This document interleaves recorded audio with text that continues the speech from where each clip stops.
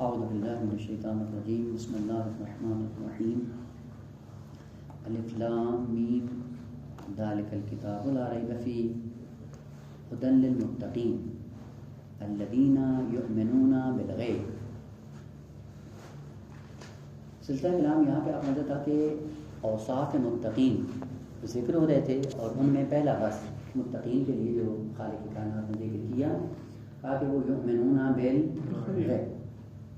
ابھی تک جتنی بات تھی وہ اس صورت میں تھی کہ یؤمنون بالغیب میں با کون سی ہے؟ اس با کے لیے تین احتمال ہیں۔ یہ با تعدیے کے لیے ہو، یعنی متعدی کرنے کے لیے آئی ہے، وہ معنی الگ ہو جائے گا۔ دو، یہ با بالغیب جار مجرور مل کر ہیں، یہ ظرف اور ترکیب میں بن رہے ہیں حال، معنی الگ ہو جائے گا۔ اور تیسرا یہ ہے کہ یہ با بائے استعانت ہے، تو معنی بالکل الگ ہو جائے گا۔ اب کیا ہوگا انشاءاللہ آخر میں عرض کریں گے، لیکن یہ دقت رہے کہ یہ حروف جتنے بھی جارہ استعمال ہوتے ہیں کلام الہی میں، اب یوں نہیں ہے کہ بغیر دقت کے انسان یہاں سے نکل جائے اور یا ابھی اپنی جان چھڑانے کے لیے کہہ دیں کہ یہ زائدہ ہے، وہ جان چھڑانے کے لیے شروع میں یہی کہتے لیسا کمثلہ شیء، کاف کا مثل کا معنی بھی وہی ہے، کاف کا معنی بھی وہی ہے، کاف بس یہ کاف زیادہ آ رہی ہے چونکہ یہ آیت، وہاں پہ انشاءاللہ تفصیل سے یاد کریں گے کہ نا ایسا نہیں ہے، قرآن کے اندر کوئی ایک حرف بھی زائدہ نہیں ہے۔ بھائی معنی کہ آپ اس کو نکال کے کہو کہ معنی اب بھی ٹھیک ہے، چونکہ زائدہ کی تعریف یہ کرتے ہیں کہ اگر یہ ہے تو بھی معنی وہی ہے، نہ ہو تو بھی معنی وہی ہے۔ معاذ اللہ خدا نے کوئی عبث کام کیا ہے؟ کوئی عبث کام اور اس قرآن میں آپ کو نظر نہیں آئے گا۔ وہ یہ ہماری نااہلی ہے، مفسر اور مترجم کی یہ نااہلی ہے کہ اپنی کم مائگی کا احساس نہیں دلاتے ہیں، بلکہ آ کر کلام الہی میں مداخلت کرتے ہیں، ویلا کوئی حرف زائد نہیں ہے۔ یؤمنون بالغیب، اگر یہ بات تعدیہ کی ہو تو اس کا معنی کیا ہوگا کہ اوصاف متقین کا مطلب یہ ہے کہ متقین غیب کے جو موارد ہیں ان پہ ایمان رکھتے ہیں۔ اب غیب کے موارد جو بھی ہوں، ذات احدیت غیب مطلق ہے، قیامت غیب نسبی ہے، معاشر غیب نسبی ہے، عالم قبر غیب نسبی ہے، یا خود عالم شہادت کے اندر بعض عقائد غیب نسبی ہیں۔ خب ان غیب نسبی کی نسبت وہ کیا رکھتے ہیں؟ ایمان رکھتے ہیں۔ اگر یہ با کیا ہو بائے تعدیہ، ابھی تک جتنی آواز تھی وہ اسی تناظر میں تھی کہ یہ با بائے تعدیہ ہے، اور اگر یہ با ہو ظرف اور ظرف مل کر یہ کیا بن رہا ہو؟ حال۔ ایک چیز ذہن میں رہے بیٹا، یہ قواعد ادبی اسی لیے ہیں کہ بار بار ان پہ توجہ رہے۔ ایک قاعدہ ادبی کہ جب بھی جار مجرور کلام میں استعمال ہو یا ظرف ہو، جار مجرور ظرف دونوں ایک ہی ہیں حکم میں، یہ جار مجرور متعلق بنیں گے، حال بنیں گے، وصف بنیں گے، کیا بنیں گے؟ یہ تین قاعدے انشاءاللہ دقت رہے ان میں۔ یا مثلا کہا کہ جب جملہ فعلیہ نکرہ کے بعد ہوتا ہے تو کیا ہوتا ہے؟ اس نکرہ کے لیے صفت، اور جب معرفہ کے بعد ہو تو کیا ہوتا ہے؟ حال۔ لیکن ظرف کے لیے تین حکم ہے، یا ظرف متعلق بن جائے گا، متعلق کا معنی کیا ہوتا ہے؟ مفعول مع الواسطہ۔ جب آپ کہیں گے یؤمنون بالغیب اور کہیں گے یہ بالغیب متعلق ہے یؤمنون کے، در حقیقت یہ یؤمنون کیا ہے؟ مفعول بن رہا ہے مع الواسطہ اس یؤمنون کے لیے۔ معنی کیا ہو گیا؟ یعنی یؤمنون غیباً، خوب غیب پہ ان کا ایمان ہے۔ اب وہ غیب کیا ہے؟ اللہ ہو سکتا ہے، مہدویت ہو سکتی ہے، قیامت ہو سکتی ہے، قبر ہو سکتی ہے۔ یہ اس صورت میں ہے کہ آپ غیب کو متعلق قرار دیں یؤمنون کے لیے، بس کیا بن جائے گا اس کے لیے؟ مفعول مع الواسطہ۔ دوسرا احتمال یہ ہے کہ یہی جار مجرور کیا ہو؟ ظرف، اور ظرف بنتا ہے حال۔ تو جب حال بنے گا تو معنی کیا ہوگا؟ اب یہ ہے کہ یؤمنون بالغیب کا معنی کیا ہوگا؟ یعنی یؤمنون حال الغیب، یعنی غیب کی حالت میں بھی ایمان رکھتے ہیں۔ اس کا مطلب کیا ہو جائے گا؟ یہی سے فرق بات ہو جائے، مومن کون ہے، متقی کون ہے؟ کا جو عالم شہادت میں بھی ایمان رکھتا ہے، عالم غیب میں بھی، عالم نہ حالت، کیونکہ حال بن رہا ہے۔ اور یہ وصف ہے متقیوں کے لیے، مومنین کے لیے۔ اور منافق کیا ہے؟ منافق جب سامنے ہو تو ایمان کا اظہار کرتا ہے، جب غیب میں جاتا ہے تو مسخرہ کرتا ہے۔ اور آ رہی ہے بعد میں سورہ بقرہ کی آیت، کیا کہتے ہیں کہ جب یہ بدبخت منافقین مومنین کے ساتھ ملتے ہیں تو کیا کہتے ہیں؟ آمنا بے، ہم بھی مومن ہیں۔ اور بعد میں جب جدا ہوتے ہیں، حالت غیب میں جاتے ہیں، پھر کیا کہتے ہیں؟ انما کم، اور ہم ان کا کیا کر رہے تھے؟ انما نحن مستہزئون، ہم تو ان کا مذاق اڑا رہے تھے. بس یہی سے پتہ چل جائے گا مومن اور منافق کی علامت کیا ہے. علامت یہ کہ مومن متقی وہ ہے جو حالت غیب میں بھی ایمان سے دستبردار نہیں ہوتا اور حالت شہادت میں بھی دستبردار نہیں ہوتا. لیکن منافق کیا ہے کہ جب سامنے آئے تو اظہار ایمان کرتا ہے، لیکن جب خلوت میں جاتا ہے بدبخت تو اپنی پلیدی اور نجاست پہ پلٹ جاتا ہے. بس یہاں سے فرق بن جاتا ہے.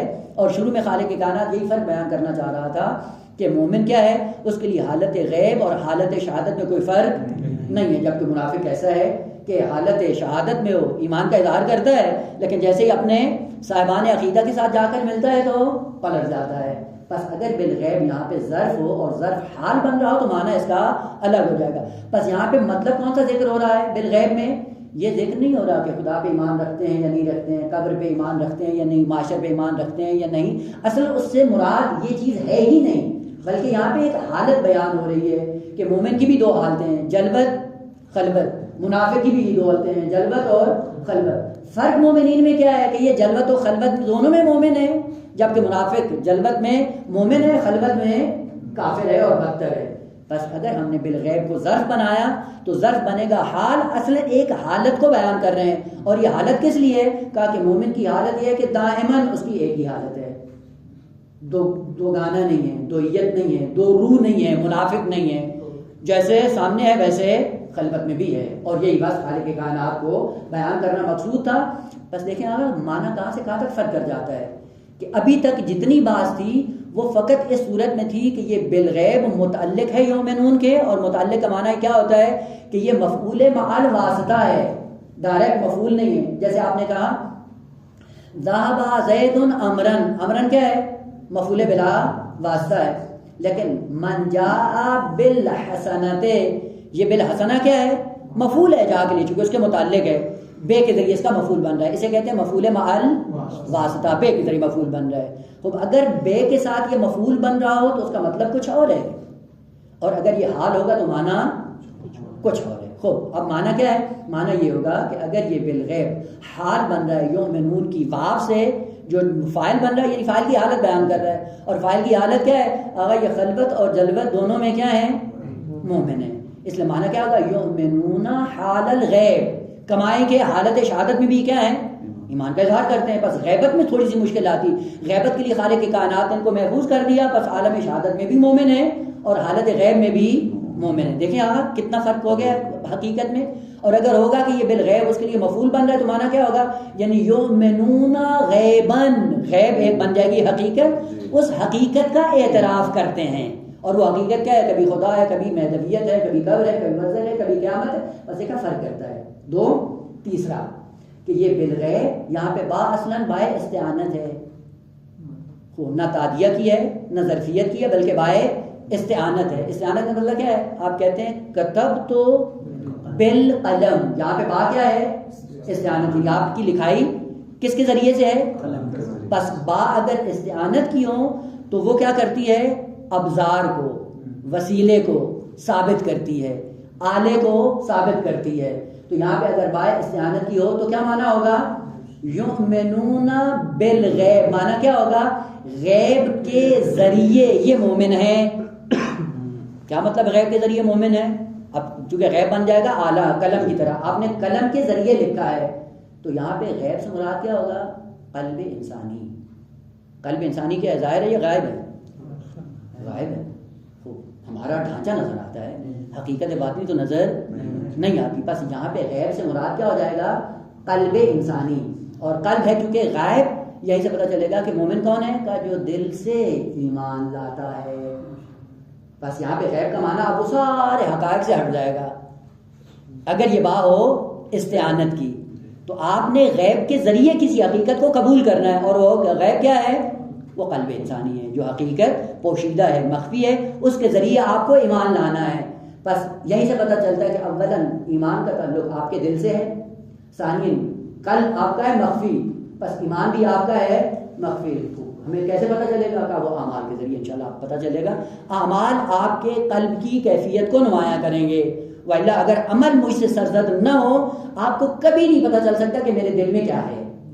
اسی لیے کہا کہ اگر یہ با ہو استعانت کی تو تو اب معنی کاملاً بدل جائے گا. اب غیب سے مراد وہ مطلق حقیقت، ذات احدیت، قیامت، معاشر، عالم قبر یہ نہیں ہے، بلکہ اس غیب سے مراد ایک ہی مصداق ہے، اور وہ کیا ہے؟ قلب. اور قلب کا تعلق ہے ایمان کے ساتھ، یا ایمان کا تعلق ہے قلب کے ساتھ. ایمان کو آپ نے اپنے قلب کے اندر محفوظ کرنا ہے. خوب دیکھا کیا تھا؟ 3 احتمال ہیں یؤمنون بالغیب میں. یہ واو متعلق بن رہی ہے یعنی مفعول بن رہا ہے. 2 یہ ظرف جار مجرور مل کے حال بن رہا ہے، تو مانا ہوگا یؤمنون حال الغیب کما یؤمنون حال شہادہ. حالت متقین کو بیان کر رہا ہے کہ عالم شہادت میں بھی مومن ہیں اور عالم خلوت میں بھی مومن ہیں، جبکہ منافق ان کے برعکس ہے. خوب تیسرا احتمال یہ ہے کہ نہ اصل یہ بات کس کی ہے؟ استعانت کی. خوب جب استعانت کی ہوگی تو کیا ہوگا؟ اصلاً ان تمام حقائق سے معنی الگ ہو جائے گا، اور اس سے مراد کیا ہے کہ یؤمنون بالقلب، اور قلب کیا ہے؟ وہ غائب ہے، حقیقت غیب. بس معنی کیا ہوگا بالغیب کا؟ یعنی یؤمنون بالقلب. فقط زبان سے اظہار نہیں کرتے ہیں، فقط عمل سے نہیں ہوتا، بلکہ سب سے پہلے کیا ہوتا ہے؟ دل میں ایمان ہوتا ہے. اس ایمان کا اثر انسان کی زبان پہ بھی ظاہر ہوتا ہے اور اعضاء و جوارح پہ بھی ظاہر ہوتا ہے. اسی لیے جب ایمان کی تعریف کرتے ہیں تو کیا کہتے ہیں؟ ہم کہتے ہیں ایمان کے 3 ارکان ہیں. کیا ہے ایمان؟ کیا ہے؟ عقد بالقلب، خود دل میں ہو، اور ادھر سے قول باللسان، عمل بالارکان. بس یہ 3 ہیں. اگر عقیدہ آ گیا، اگر ایمان آ گیا تو وہ زبان سے بھی ظاہر ہوتا ہے، اعمال سے بھی ظاہر ہوتا ہے. اگر ہوا دل میں، وہ اگر دل میں ہوا مصلی عبادت پہ آئے گا. توحید کا خوف ہوا تو مصلی عبادت پہ آتا ہے. اس کا مطلب ہے یہ مصلی عبادت پہ آ رہا ہے، کون سی چیز لے کے آ رہی ہے؟ وہ ایمان جو دل کے اندر موجود ہے. زبان پہ بھی خدا کی بات ہے، زبان پہ بھی دین کی بات ہے. کیوں؟ چونکہ دل کے اندر ایمان بیٹھا ہوا ہے. تو اب کیا کریں؟ ان 3 احتمالات میں سے کون سا احتمال یہاں پہ معین ہے؟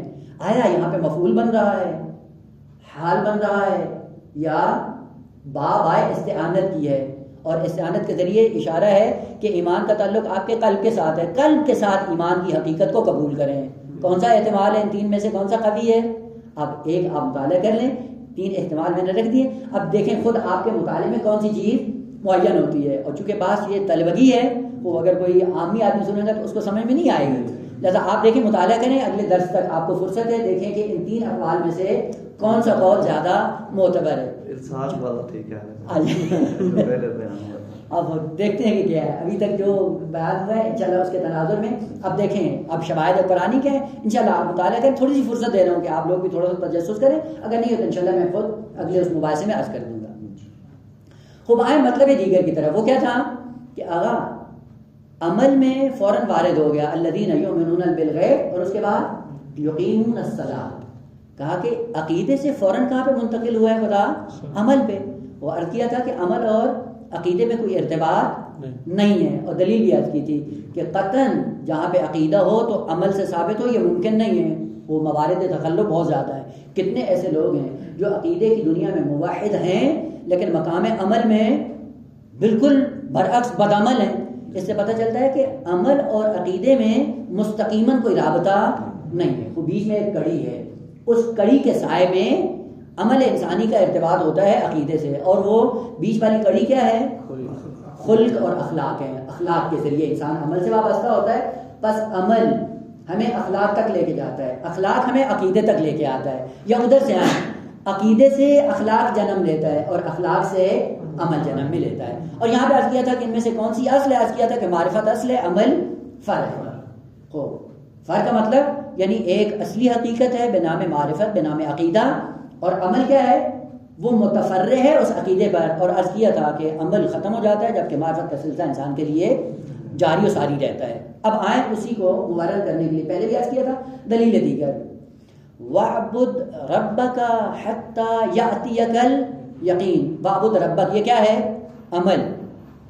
حَتَّى يَأْتِيَكَ الْيَقِينُ یہ کیا ہے؟ ہدف. وہ عبادت کریں کب تک؟ یقین تک پہنچنے کے لیے عبادت کو جاری رکھیں. عبادت ہے عمل، اور جہاں تک جانا ہے وہ کیا ہے؟ یقین اور معرفت. یہی سے پتہ چلتا ہے کہ اعمال متفرع ہیں، یہ وسیلہ اور سبب کی حیثیت رکھتے ہیں اس حقیقت تک جانے کے لیے جو بنام یقین ہے. البتہ بعض معنی غلط کرتے ہیں. وہ کیا ہے کہ وَاعْبُدْ رَبَّكَ حتی یأتیک الیقین، یعنی عبادت کرتے رہو جب تک یقین نہ ہو، اگر یقین آئے تو عبادت منقطع کر دو. غلط ہے یہ ترجمہ، حتی ہے نا، خوب حتی کے لیے کہتے ہیں انتہا کو ذکر کرتا ہے نا. اب یہ ہے انشاءاللہ جیسے وہاں پہ حال میں پہنچیں گے عرض کریں گے کہ بس اوقات حروف جارہ کے معنی صحیح معلوم نہیں ہوتے، پھر وہاں سے مفاہیم نکالنا شروع کر دیتے ہیں نا. وَعْبُدْ رَبَّكَ حَتَّى يَأْتِيَكَ الْيَقِينُ، یقین تک آنے کے لیے عبادت کو کرتے رہو. خوب جب تک یقین نہیں تھا تو عبادت کر رہے تھے، خوب جب یقین آ جائے گا تو کیا ہوگا؟ عبادت بیشتر ہو جائے گی. ٹاما ٹوئیاں میں جو انسان عمل انجام دیتا ہے اور اس کا جب اثر دیکھتا ہے یقین کی صورت میں، تو انسان کی زندگی میں تبدیلی بیشتر آتی ہے نا، یہ کہ ختم ہو جاتی ہے. بس آیت اس طرف نازل ہے کہ وَعْبُدْ رَبَّكَ حَتَّى يَأْتِيَكَ الْيَقِينُ، یقین تک آؤ. جب یقین پہ آؤ گے تو پھر کیا ہوگا؟ عبادت میں اضافہ ہو جائے گا. اور آپ دیکھ لیں معصومین کی زندگیاں کہ جن کے ہاں یقین اپنے کمال تک تھا، عبادتیں کیا تھیں؟ عبادتیں بھی اپنے عروج پہ تھیں. اس لیے آپ جا کر تاریخ میں جب مطالعہ کرتے ہیں پیغمبر اسلام کی ذات کا، پیغمبر اسلام کی ذات میں دل بھر کے پیغمبر اسلام نے کبھی نیند نہیں کی. پوری زندگی 63 سالہ زندگی میں خوب ہم کبھی کبھی ہوتے ہیں فرصت ہوتی ہے، مثلا پنجشنبہ جمعہ آ گیا چھٹی ہے، اب کیا گھوڑے بیچ کے سو جاتے ہیں. پیغمبر اسلام کے لیے یہ تھا کہ قطعاً اپنی آنکھوں کو نیند سے سیراب نہیں کیا ہے. انشاءاللہ سورہ مبارکہ مزمل میں پہنچیں گے اگر زندگی رہی تو، وہاں پہ اگرچہ ہیں بادوس وہاں پہ عرض کیا تھا یا ایھا المزمل قم اللیل الا قلیلا. جیسے ہی پیغمبر اسلام چادر اوڑھ کے سوتے تھے فوراً فرشتہ آ جاتا تھا کہ یا ایھا المزمل قم، کھڑے ہو جاؤ. اور ابھی تو اونگ کی عالم میں ہوتے تھے کہ فوراً بیدار ہو جاتے تھے. اور اس طرح سے نماز شب پڑھتے تھے کہ یوں نہیں تھا کہ ہم رات کو کسی حصے میں اٹھ کے کھڑے ہو کے 11 رکعت پڑھ لیں. پیغمبر اسلام کے لیے اس طرح سے تھا کہ 2 رکعت پڑھیں پھر آرام کرو. ابھی آرام کر کے آنکھ لگنا شروع ہوتی تھی، فرشتہ کہتا تھا یا ایھا المزمل قم، اٹھ جاؤ، پھر 2 رکعت پڑھو، پھر 2 رکعت پڑھنے کے بعد اب سو جاؤ. اور اسی طرح سے تدریجاً کیا ہے کہ اب اٹھو اب پڑھو، اب سو جاؤ اب پڑھو. کتنا سخت ہے. ہم منہ بھر کے تو کہہ دیتے ہیں نا کہ جی خدا نے ہمیں کیوں نبی نہیں بنایا ہے، 2 رکعت صبح کی پڑھی نہیں جاتی ہے. اور ان کی ساری زندگی ایسی ہے کہ نیند اصلا انہوں نے آنکھ کو سیراب کیا ہی نہیں ہے. جہاں بھی یقین ہوتا ہے وہاں پہ عبادت بڑھ جاتی ہے. بس آج یہ کر رہے تھے کہ وَاعْبُدْ رَبَّكَ حَتَّى يَأْتِيَكَ الْيَقِينُ. وَاعْبُدْ ہے عمل، یقین ہے ہدف. بس یقین کیا ہے؟ معرفت. یہ سے پتہ چلتا ہے کہ معرفت اور عقیدہ ہے اصل انسان کی زندگی میں، اور یہ عمل کیا ہے اس پر متفرع ہے. مطلب دیگر یہ ہے کہ عمل ہو، اخلاق ہو یا عقیدہ ہو، ان کے درمیان آپس میں رابطہ کیا ہے؟ عرض کیا تھا شروع میں تھوڑا سا اشارہ کیا تھا لیکن آج اسی مطلب کو کھولنے کی ضرورت ہے. آپس میں یہ مرتبط ضرور ہیں.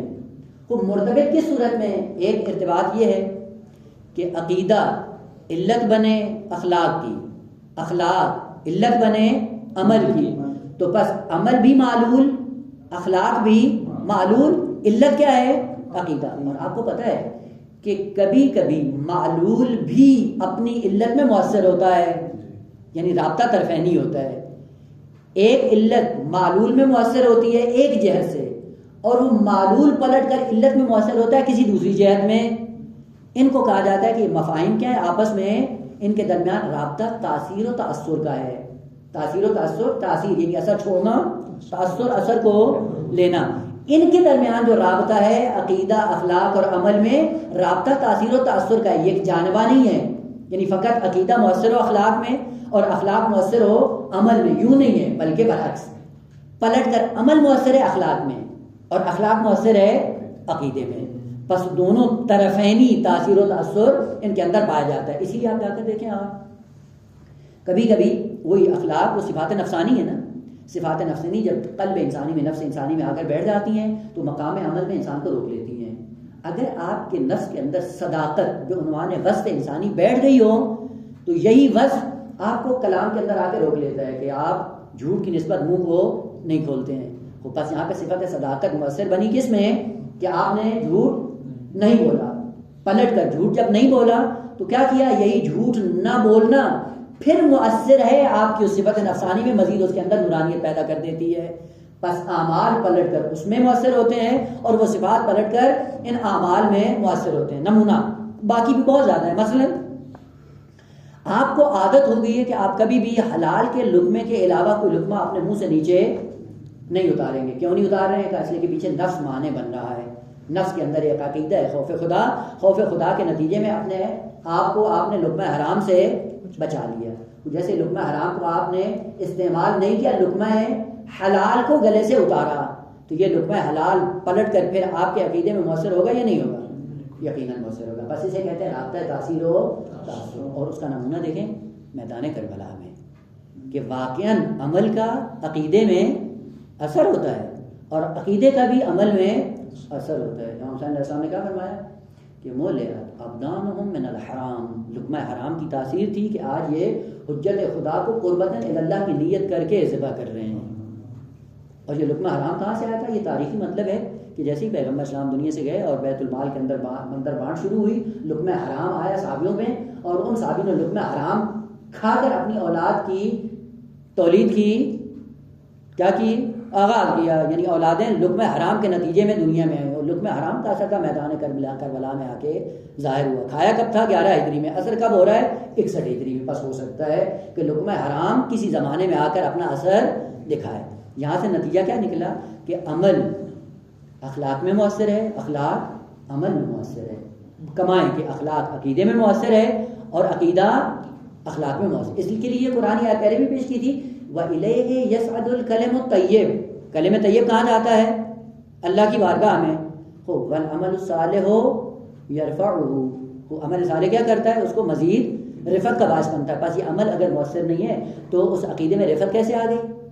یہیں سے پتہ چلتا ہے کہ عمل بھی مؤثر ہے عقیدے میں، عقیدہ بھی مؤثر ہے عمل میں. اور سلسلہ جو کڑی کا ہے وہ محفوظ ہے کہ عقیدہ، اخلاق اور عمل. یہ کہاں ہے؟ اوپر سے نیچے آئے تو پہلے عقیدہ ہے، پھر اخلاق ہے، پھر عمل ہے. اور نیچے سے اوپر جائیں تو پھر کیا ہے؟ عمل مؤثر ہوگا اخلاق میں، اخلاق مؤثر ہوگا عقیدے میں. عقیدہ کیا بنے گا؟ قرب الہی کا باعث بنے گا. خوب اب آئیں میدان عمل میں کہ وہاں عقیدے سے آگے فوراً عمل میں. جب عمل کی دنیا میں آئے تو سب سے پہلے کس چیز کو مقدم کیا؟ وَيُقِيمُونَ الصَّلَاةَ. نماز کو مقدم کیا. بیٹا ایک مطلب ہے، انشاءاللہ فرصت ہوئی کہیں اور کسی مناسبت سے ہو تو انشاءاللہ عرض کروں گا، لیکن ابھی صرف اشارہ کر دوں. وہ یہ ہے کہ دین کی جتنی معلومات ہیں، آپ ان کو اصول دین کہو یا فروع دین کہو، فرق نہیں کرتا ہے. اس دین کی جتنی بھی معلومات ہیں، مخصوصاً فروع دین جن کا تعلق عمل سے ہے، عمل انسانی کے سائے میں یہ فروع دین حقوق پذیر ہوں گے. نماز عمل انسانی ہے، روزہ عمل انسانی ہے، زکوٰۃ عمل انسانی ہے. یہ فروع دین ان کا آپس میں ارتباط کیسا ہے؟ دو طرح کے نظریات ہیں. ایک ارتباط یہ ہے، ایک نظریہ یہ ہے کہ کہتے ہیں کہ اعلیٰ ان میں جتنے بھی فروع دین ہیں یہ کیا ہیں؟ مطلق، ایک کا دوسرے کے ساتھ کوئی ربط نہیں ہے، تباین کی نسبت ہے. تباین کی نسبت ہے. نماز الگ ہے، روزہ الگ ہے، حج الگ ہے، زکوٰۃ الگ ہے، فلاں الگ ہے. خود پھر کیا کرو؟ خود پھر یہ ہے کہ اگر نماز لے لی تم نجات پا جاؤ گے، اگر ایک نے نماز چھوڑ کے روزہ لے لیا وہ بھی نجات پا جائے گا، اگر ایک نے روزہ چھوڑ کے زکوٰۃ کو انجام دیا وہ بھی نجات پا جائے گا. اور جس طرح کہ آج ہم نے کیا ہوا ہے وہ کیا ہے کہ ایک عزاداری کے ساتھ چپکا ہوا ہے اور ایک نماز کے ساتھ چپکا ہوا ہے. نمازی کہتا ہے وہ جہنمی ہے، عزاداری کہتا ہے یہ جہنمی ہے، اور بعد میں کیا پتہ چلے معلوم نہیں ہے، شاید دونوں بہشتی، شاید دونوں جہنمی ہو. یہ کہاں سے آیا؟ یہ نظریہ یہاں سے آیا ہے کہ فروع دین کی معلومات ایک دوسرے سے وابستہ نہیں ہیں، الگ الگ ہیں. جس کا جو دل چاہے لے لے. کوئی نماز پڑھ کے بحث میں چلا جائے، کوئی روزہ رکھ کے بحث میں چلا جائے، کوئی زکوٰۃ دے کے چلا جائے، کوئی ماتم کر کے چلا جائے، کوئی امر معروف کر کے چلا جائے. جو بھی ان میں سے آپ کے لیے متعدد خدا نے راستے رکھے ہیں اور یہ سارے راستے بحث پر منتہی ہوتے ہیں. اس لیے آپ جا کر دیکھیں یہ بات مذاہب میں بھی ہوتی ہے کہ مذاہب میں کیا ہے کہ سارے کے سارے مذاہب حق ہیں، جس مذہب پہ تم چلتے جاؤ کہاں پہنچو گے؟ بحث میں پہنچو. کثرت گرائی دینی کا ایک اثر یہاں پہ ہے. کثرت گرائی دینی کا مطلب یہی ہے کہ جتنے بھی ادیان پائے جاتے ہیں سارے حق ہیں. جس پہ عمل کر یہودی بن جاؤ بحث میں پہنچ جاؤ گے، عیسائی بن جاؤ پہنچ جاؤ گے، حتیٰ ہندوازم کے مذاہب کو اپنا لو بحث میں پہنچ جاؤ گے. بس پہلا نظریہ یہ ہے کہ دین کی معلومات آپس میں مرتبط نہیں ہیں. اسی لیے ہم حشر بھی ان کے ساتھ کیا کرتے ہیں؟ وہ کسائی والا، کسائی کیا کرتا ہے؟ کسائی ایک جانور کو ذبح کرتا ہے اور ذبح کرنے کے بعد لٹکا دیتا ہے. لٹکانے کے بعد مشتری آتے ہیں، جس کو جو حصہ پسند ہوتا ہے وہی کہتا ہے کاٹ کے مجھے دے دو. خوب ہم پھر کیا کرتے ہیں دین میں بھی یہی ہے، اپنے اپنے تقاضوں اور اپنی اپنی خواہشات کے مطابق. ایک کو نماز بڑی پسند ہے، وہ جو نماز نہیں پڑھتا اس کو کہتا ہے یہ تو دائرہ دین سے خارج ہے. خوب اس کو یہ پسند ہے اس نے یہ لیا، ایک کو روزہ پسند اس نے وہ لے لیا، ایک کو ماتم پسند. دیکھیں یہیں سے پتہ چلتا ہے کہ دین کی تبلیغ صحیح معنوں میں ہوئی نہیں ہے، جس کا آج یہ نتیجہ ہے کہ ہر ایک اپنے. اب دیکھیں آپ مجالس کیا ہوتا ہے، خوب مثلا ایک مجلس ہو رہی ہوتی ہے تو کوئی لوگ ہوتے ہیں سامنے ہوتے ہیں، بیٹھے ہوتے ہیں سامنے، وہ مجلس کے بعد ماتم ہوتا ہے تو کیا ہوتا ہے، ایک طبقہ باہر کھڑا رہتا ہے منتظر کہ مجلس ختم ہو، اندر جا کے سینہ کوبی کریں. اور وہ جو سن رہے ہوتے ہیں جیسے ہی مجلس ختم ہوئی ان کا فریضہ ختم، وہ اٹھ کے چلے گئے. کیا ہوا؟ عملی طور پہ ہم نے دین کی تعلیمات کو کیا کر دیا ہے، تقسیم کر دیا ہے، اور روح دین کو ہم نے پامال کر دیا ہے، روح دین کو نابود کر دیا ہے نا. دین نے جو معلومات اپنی اور تعلیمات جو بتائی ہیں، ساتھ میں یہ بھی بتایا کہ اگر ان میں ارتباط بھی ہے یا نہیں ہے، کا ارتباط ہے. اسی لیے نظریہ دوم یہ ہے کہ دین کی تعلیمات مطلق نہیں ہیں، معلق اور مشروط ہیں. معلق اور مشروط کا مطلب کیا ہے، یعنی ہر تعلیم دینی دوسری سے مرتبط ہے. اگر وہ اس سے مرتبط ہوئی تو وہ تاثیر رکھتی ہے، اگر وہ مرتبط نہ ہوئی تو تاثیر نہیں رکھتی. آپ یہ نہیں کہہ سکتے نماز لے لی تو بس باقی ساری چھوڑنے کا نا. روزہ مشروط ہے کس پر، نماز پر. زکوٰۃ کس پر مشروط ہے، نماز پہ. اسی لیے کہا پورے کا پورا دین فروعات کی صورت میں ساری معلومات جس طرح آپس میں مرتبط ہیں، اس ارتباط سے ہٹ کر ایک اور واجب جو ہے اس سے ساری وابستہ ہیں، اور وہ کیا ہے، نماز. مثلا آپ دیکھیں حج کب واجب ہوگا، جب اس وقت خوب اگر مستطیع نہ ہو تو واجب وہ ممکن ہماری زندگی میں ہو یا نہ ہو. روزے کب واجب ہوتے ہیں، سال میں ایک مرتبہ. خمس ایک مرتبہ. زکوٰۃ ایک مرتبہ. جہاد کا جب فرصت ہوئی اور ایسا مسئلہ بنا تو جہاد واجب ہوگا، ایسے ہی ہے نا. بس یہ کبھی کبھی واجب ہے، لیکن ایک ایسا واجب ہے کا جو نہ سال جو زندگی نہ ہر روز ایک دفعہ نہیں 5 مرتبہ، اور اس طرح ہے کہ قابل چھٹکارا بھی نہیں، کسی حال میں اس فریضے کو آپ ترک نہیں کر سکتے. وہ کیا ہے، نماز. اسی لیے اب روایت کیا کہتی ہے کہ قیامت کے دن انسان جب پہنچے گا تو وہاں پہ سب سے پہلا جو اعلان ہوگا وہ یہ ہوگا کہ ان قبل ما سواہا. روزہ کب قبول ہوگا، جب نماز. خمس کب قبول ہوگا، جب یہ. بس یہیں سے پتہ چلتا ہے کہ آقا دین کی تعلیمات کسی ذات سے وابستہ ہیں، اور وہ ذات کیا ہے، نماز ہے. اسی لیے آ کر اوصاف متقین میں سب سے پہلے نماز کا تذکرہ ہوا ہے. کیوں؟ کیونکہ یہ سب کی بنیاد ہے، سب کی اساس ہے. اگر یہ قبول ہو گئی تو باقی قبول ہوں گے، اور اگر یہ قبول نہیں ہوئی تو باقی بھی قبول نہیں ہوں گے. یہیں سے پتہ چلتا ہے کہ آقا دین کی تعلیمات زنجیر کی کڑیوں کی طرح ہیں، اور زنجیر کی کڑیاں جو ایک دوسرے سے وابستہ ہوتی ہیں تب جا کر کسی حقیقت کو نمایاں کرتی ہیں. ولا آپ ان زنجیر کی کڑیوں کو ایک دوسرے سے الگ کر دیں، اب ان کی کوئی خاصیت ہے، کوئی خاصیت نہیں ہے. بس دین کی تعلیمات مشروط ہیں، معلق ہیں، ایک دوسرے کے ساتھ مرتبط ہیں، اور اسی ارتباط کی وجہ سے ان تعلیمات کے درمیان جو رابطہ ہے وہ رابطہ ارتباط کا ہے. یعنی کوئی تعلیم دینی کسی دوسری سے بے نیاز نہیں ہے. خوب آپ کو کیا کرنا ہے، اگر دین لینا ہے تو پورا لینا ہے، خوب اگر چھوڑ دیں گے تو پورا چھوڑ دیں گے. اسی لیے منافقین کی طرح نہ کہیں کہ نؤمن ببعض ونکفر ببعض، یعنی اپنی خواہش کا لے لو، جو اپنی خواہش کے مطابق نہیں ہے اس کو چھوڑ دو. ہم یہی کرتے ہیں، اور اتفاق سے خطبہ حضرات بھی اسی چیز کی ترغیب دلاتے ہیں. کیا کرتے ہیں، بس مجلس کروا دو، قرضہ لے کے بھی کروا دو، ہماری جیب بھر دو، تم بہشت میں چلے جاؤ گے. تقسیم کرنے جاتے ہیں بہشت. تو کیا کیا، خوب نماز نہیں چاہیے. خوب اگر نماز نہیں چاہیے تھی تو کون سے تو شادان سجدے میں سر کٹایا ہے. اس سے پتہ چلتا ہے کہ آقا اس پورے دین کا ارتباط ہے اس نماز کے ساتھ. اسی لیے آپ جا کر دیکھیں معصومین نے جو روایات کی صورت میں مطلب بیان کیا، کیا تھا، بنی الاسلام علی خمس، 5 چیزوں پر یہ پورا دین استوار ہے. کیا، الصلاۃ والزکاۃ والجہاد والحج.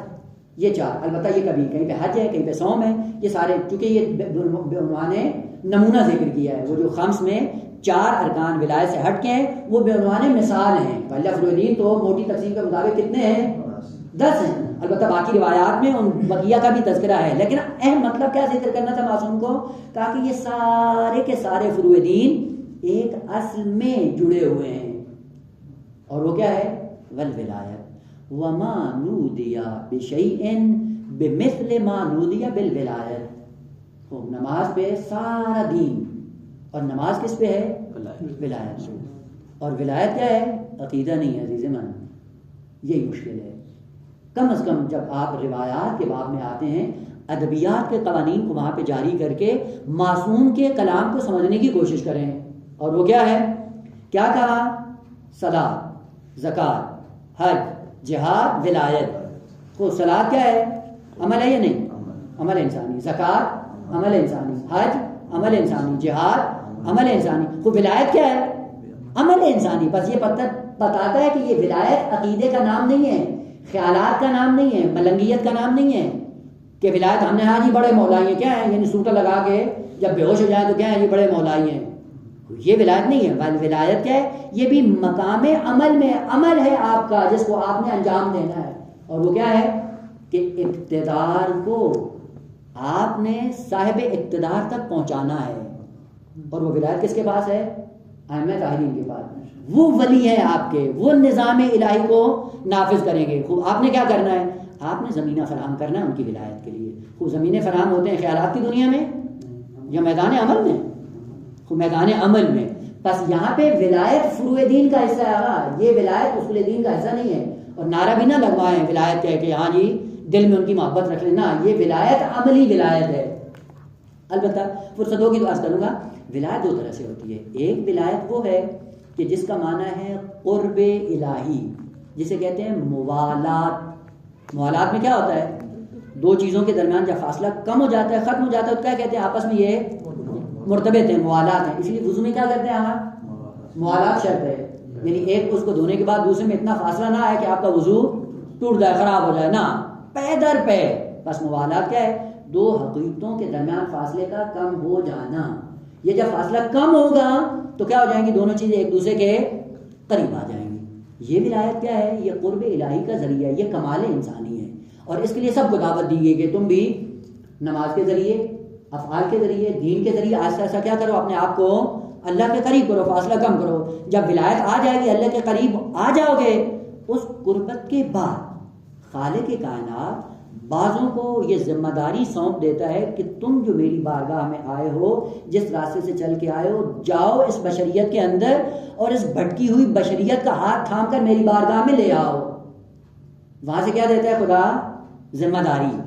اس ذمہ داری کو کہا جاتا ہے منصب. اس منصب کے تین نام ہیں، نبوت ہو، رسالت ہو، امامت. جب یہ منصب دیتا ہے خدا، اس منصب کا لازمہ بھی ولایت ہے. یہ کون سی ولایت ہے؟ جو منصب سے وجود میں آتی ہے. اور وہ ولایت کیا ہے؟ کہ جو آپ کے عمل کے سائے میں قربت حاصل ہوئی ہے. وہ قربت کیا ہے؟ وہ سب کے لیے برابر ہے. جو بھی جانا چاہے، دین پہ عمل کر کے اللہ کے قریب ہونا چاہے، خدا نے کو روکا ہے کہ کب میری بارگاہ میں آؤ؟ جب آنا چاہتے ہو آ سکتے ہو. اس میں تمہیں نصیب کیا ہوگا؟ قرب الہی. اور قرب الہی میں پہنچنے کے بعد خدا نے اگر ذمہ داری رکھ دی تو یہ کیا ہے؟ یہ ذمہ داری ہے، یہ پوسٹ ہے، یہ عہدہ ہے. اس عہدے کے بعض شرائط ہیں. ان شرائط میں سے ایک کیا ہے؟ ولایت. وہ ولایت کیا ہے؟ اس کو کہا جاتا ہے ولایت منصبی، ولایت عہدئی، پوسٹ ہے، ذمہ داری ہے. یہ کہاں سے جنم لیتی ہے؟ منصب سے وجود میں آتی ہے. منصب جہاں پہ ہوگا وہاں پہ یہ ولایت ہوگی. سوال کیوں منصب کے لیے ولایت کا ہونا ضروری ہے؟ اس لیے ضروری ہے کہ جب نبی جا رہا ہے، اس نے بشریت کو اٹھا کر اللہ کی بارگاہ میں لانا ہے. وہ لانے کے لیے اگر اس کے بیچارے کے پاس اختیار نہیں ہوگا تو یہ کیسے لے کے آئے گا؟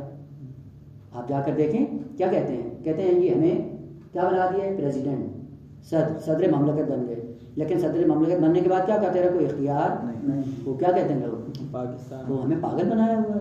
عہدہ بھی دیا ہوا ہے، اختیار بھی نہیں. یہ جنگل کا قانون پاکستان میں ہوتا ہے. عہدہ ہے، اقتدار. اس اقتدار کو ولایت کہتے ہیں جو منصب سے وجود میں آتی ہے. جب آ کر نبی یا رسول یا امام آ کر اللہ کے دین کو نافذ کرے گا، اقتدار چاہیے. اب اقتدار کے بعد کرے گا کیا؟ اقتدار کے بعد آگا پوری توانائی کے ساتھ دین خدا کو نافذ کرے گا. جب دین نافذ کر رہا ہے، چور آ گیا، چور کو کیا کرے گا؟ ہاتھ کاٹے گا. کس صاحب ہے؟ ولایت کے صاحب ہے. اگر اقتدار ہے تو ہاتھ کاٹے گا، اعدام کروائے گا. اگر اقتدار ہے تو کروائے گا. اگر حد جاری کرنی ہے، قصاص کرنا ہے، چور کے ہاتھ کاٹنے ہیں، زانی کو کوڑے لگانے ہیں، تو یہ کیوں کرے گا؟ کہا جب پہلے ولایت ہوگی تو یہ کرے گا۔ یہ کون سی ولایت ہے؟ یہ منصب کا خاصہ ہے، یہ قرب الہی کا خاصہ نہیں ہے۔ بس اشتراک لفظی باعث نہ بنے کہ جب لفظ ولایت کو کہیں کہ ولایت ہے تو آنکھیں بند کر کے ٹاماٹویاں مارتے رہے نا۔ بس بنی الاسلام علی خمس، اور اس میں جو پانچویں چیز ہے وہ کیا ہے؟ ولایت۔ یہ ولایت کون سی ہے؟ یہ ولایت منصبی ہے جس کا عمل سے تعلق ہے۔ خوب آپ کو کیا کرنا ہے؟ آپ کو یہ کرنا ہے کہ حکومت معصوم کے لیے عملی اقدامات کرنے ہیں۔ اگر یہ آپ نے عملی اقدامات انجام دیے تو آپ نے ولایت کو اعمال کیا ہے، اور اگر یہ اقدام نہ کیا تو آپ نے ولایت کے سائے میں کچھ بھی نہیں کیا۔ قرب کی بات نہیں ہے۔ اور بڑا افسوس یہ ہوتا ہے کہ حوضے میں ہم آتے ہیں اور حوضے میں رہتے ہوئے ہمیں تمیز نہیں ہوتی ہے علماء کے کلام کو سمجھنے کی، اور اپنی نااہلی کا اعتراف نہیں کرتے ہیں، ادھر سے فقیہ کو جا کے لتاڑ دیں گے۔ مثلا امام کا ایک جملہ ہے، امام خمینی کا، امام فرماتے ہیں کہ ولایت فقیہ ہمان ولایت رسول اللہ۔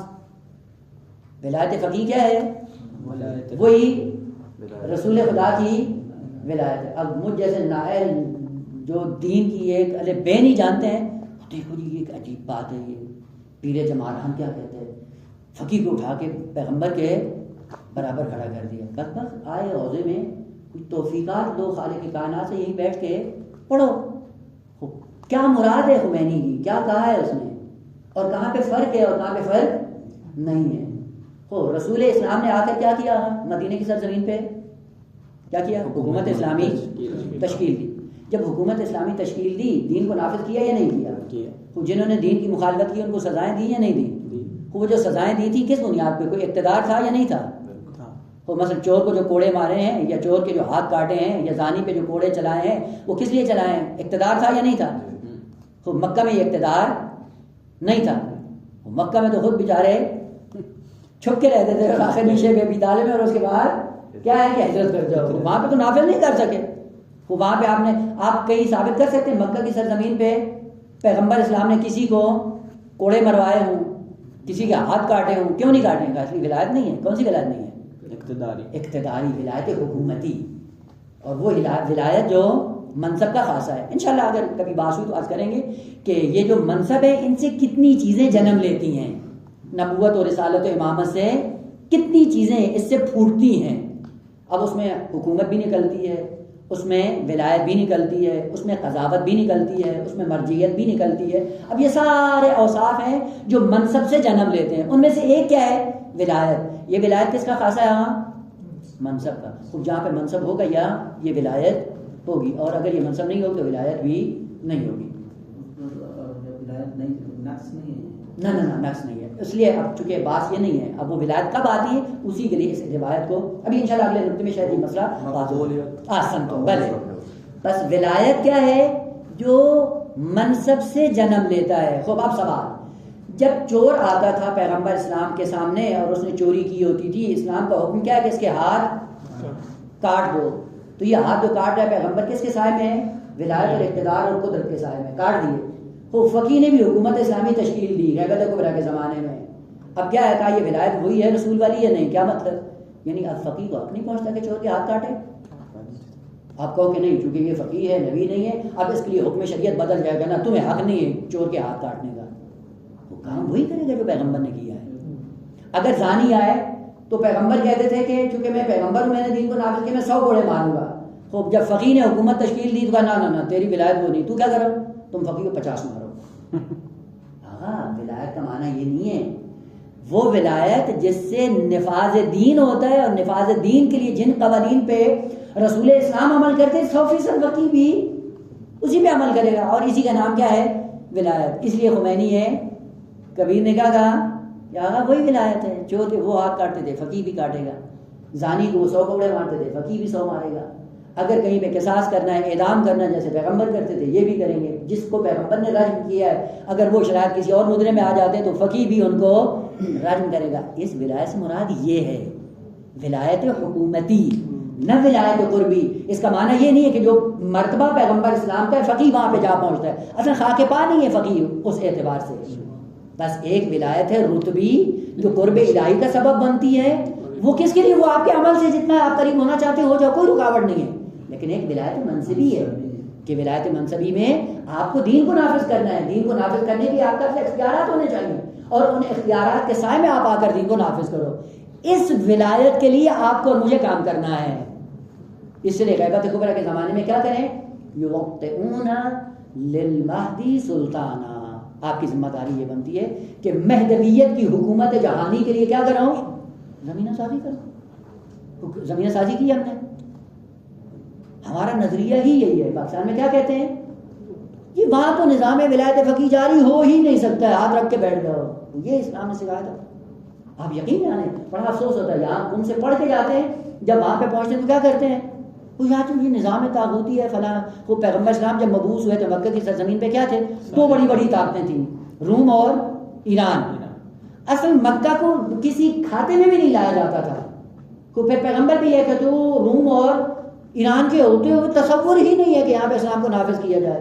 لیکن پیغمبر نے کیا یہ کام کر کے کیا بتایا ہے کہ یہ ہو سکتا ہے کہ ایک زمانے میں مکہ کی سرزمین سے ہم اس علم اسلام کو بلند کریں گے. اگرچہ فرصت ہمیں مدینے میں ملے گی، لیکن جب علم اسلام ہم گاڑ دیں گے تو روم اور ایران سب جھک کر ہمارے قدموں میں آ جائیں گے. اس کا مطلب ہے ایک عقیدہ ہوتا ہے، عقیدے کے بعد عمل ہوتا ہے. تو ہم نے پہلے سے ہی یہ نظریہ بنا لیا کہ آقا پاکستان میں تبدیلی نہیں آ سکتی. تو پھر کیا ہوگا؟ وہ پھر یہی ہوگا جو ابھی ہو رہا ہے. اگر یہ ہوتا کہ تبدیلی آ سکتی پھر کیا کرتے؟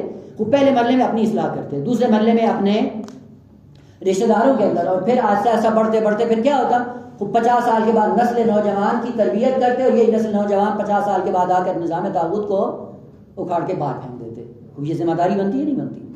بس آئیں دین کی تعلیمات آگا ایک دوسرے کے ساتھ مرتبط ہیں اور ارتباط میں بھی اس طرح سے ہیں کہ ایک کڑی کو دوسری سے جدا کر دیا تو اثر اس کا نہیں ہوگا، بارگاہ الہی میں قابل قبول بھی نہیں ہے. اس لیے پہلے سے ابھی متوجہ کر دیا گیا کہ ان قبلت قبل ما سواہا. اگر نماز قبول ہوگی باقی اعمال قبول ہوں گے، اور اگر یہ منہ پہ مار دی گئی تو باقی کا اصلاً کھاتا ہی صاف ہے. لیکن نماز کو بھی کسی اور چیز پر متفرق کیا ہے، اور وہ کیا ہے؟ وہ ولایت ہے. ولایت عملی ہے، عمل انسانی ہے. یہ ولایت فروع دین کا حصہ ہے، اصول دین کا حصہ نہیں ہے. خب آئیں خالق کائنات نے کیا کہا؟ دین کی تعلیمات کو بیان کرنے کے لیے کیا کیا؟ الذین یؤمنون بالغیب ویقیمون الصلاۃ. نماز کو مقدم کیوں کیا ہے؟ کیونکہ پورا فروع دین کا دار و مدار ہے نماز پر، اور نماز وہ چیز ہے کہ جس کے سائے میں پورا دین آپ کا نشو و نما پائے گا. اب آئیں نماز کے لیے جو تعبیر ہے قرآن کی وہ کیا ہے؟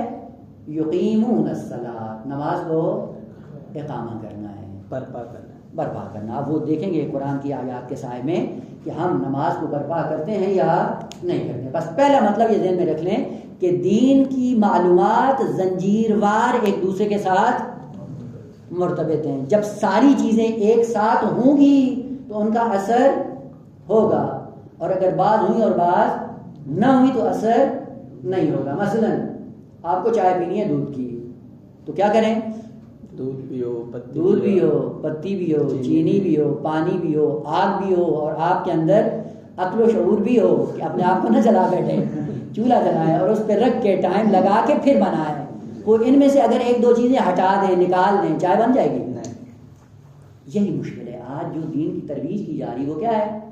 ایک وردی دین بنا دیا گیا ہے. اور وہ وردی دین کیا ہے؟ ممبر پہ آتے ہیں کہتے ہیں یہ کیا کرو، یہ ذکر اور ورد پڑھ لو، یہ چیز مل جائے گی. اور وہ بیچارہ پڑھتا ہے، پڑھنے کے بعد اس کو کچھ بھی نہیں ملتا ہے. اس کا نتیجہ کیا ہوتا ہے؟ دین سے مایوس ہو جاتا ہے. کوئی اس مایوسی کا سبب کون بن رہا ہے؟ یہ نااہل اور جاہل خطیب جس نے آ کر دین کو مطلق سمجھا اور مطلق سمجھنے کے بعد اعلان کر دیا کہ ہاں یہ 2 رکعت نماز پڑھ گو یہ مل جائے گا. بھائی خالق کائنات نے معصومین میں پڑھا یہ 2 رکعت بھی ہو، یہ جزء العلت ہے، اور اس کے ساتھ کئی ایک اسباب ہیں، جب وہ ہوئے تو یہ اثر دکھائے گا. وہ کیا ہو؟ واجبات بھی آپ کی زندگی میں غائب نہ ہو، محرمات کا گزر بسر بھی نہ ہو، لقمہ حلال بھی ہو، لقمہ حلال کے بعد طہارت بھی ہو، طہارت کے بعد صلوات بر محمد و آل محمد بھی ہو، خداوند عالم کی نعمات کا شکر بھی ہو. ان سارے شرائط کے بعد آؤ اور اس ذکر کو بڑھو، اثر دکھائے گا. خوب آپ نے ذکر کو لے لیا اور باقی ساری شرائط کو چھوڑ دیا، اثر نہیں ہوا. پھر کہا یہ دین کی ساری بات یہ ساری کیا ہیں؟ یہ سب معاذ اللہ بے اثر بے فائدہ اور بکواس ہیں. خوب یہ کون سبب بن رہا ہے؟ یہ مبلغ اور خطیب جس نے دین کو کیا کر دیا ہے؟ مختلف ٹکڑوں میں تقسیم کر دیا ہے. آ رہا ہے قرآن کی آیت، اس کے ذیل میں انشاءاللہ عرض کریں گے کہ قرآن کو جب قرآن کی تعلیمات کو یا دین کی تعلیمات کو جب آپ جدا کر دیتے ہو، ٹکڑے ٹکڑے کر دیتے ہو، زنجیر کی کڑیاں جب توڑ دیتے ہو، تو اس کے بعد یہ دین کیا ہو جاتا ہے؟ بے اثر. اور اس کے بعد پھر کیا ہوتا ہے؟ بے اثر دین انسان کی عزت کا سبب نہیں بنتا ہے. کون سا دین عزت کا سبب بنتا ہے؟ وہ جو آپس میں سارا مرتبط ہو. بھلے عزادار بہشت میں جائے گا، لیکن وہ عزادار جو نمازی بھی ہو، روزے دار بھی ہو، حاجی بھی ہو، خمس و زکوٰۃ کا پابند بھی ہو، اور ولایت کے لیے اس نے عملی اقدامات بھی کیے ہو. یہ ساری چیزیں ایک وقت میں انجام دینے کے بعد اب عزاداری کیا ہے؟ اب وہ روایات بتاتی ہیں جس نے ایک آنسو بھی امام حسین پہ بہایا، اس کے لیے درجات یہ ہیں. فقط آنسو کافی نہیں ہے. اگر آنسو کافی ہوتے تو جیسے یہ قافلہ کوفہ کے اندر آیا ہے، کتنے ایسے کوفی تھے جو دھاڑے مار کے رو رہے تھے. تو پھر ان کو کیا ہونا چاہیے تھا؟ ان کو تو بحث کے اعلیٰ علیین پہ ہونا چاہیے تھا، لیکن کے فوجی بھی رو رہے تھے. وہ پس اگر رونا ہی معیار تھا تو پھر ان کو تو کہاں پہ ہونا چاہیے تھا؟ جنات الفردوس پہ ہونا چاہیے. یہیں سے پتہ چلتا ہے کہ دین عزیز من، دین کی جتنی تعلیمات ہیں وہ آپس میں مرتبط ہیں، لیکن فرق یہ ہے کہ فروع دین کی دنیا میں خالق کائنات نے پورے فروع دین کو لا کر کہاں پہ منسلک کر دیا ہے؟ نماز سے. اب نماز کو کس سے وابستہ کر دیا؟ ولایت سے. ولایت کس پہ مرتبط ہے؟ خلقیات پہ. خلقیات کس پہ مرتبط ہیں؟ عقیدے. سارا سلسلہ باہر ہے پورا دین.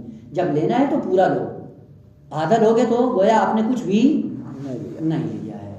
وہ آئیں اس تناظر میں. اب وصف دوم کیا ہے مومنین متقین کا؟ یقیمون الصلاۃ. معنی کریں گے کہ صلاۃ کا معنی کیا ہے؟ وہ ظاہری طور پہ جو کہا جاتا ہے صلاۃ کا معنی کیا ہے؟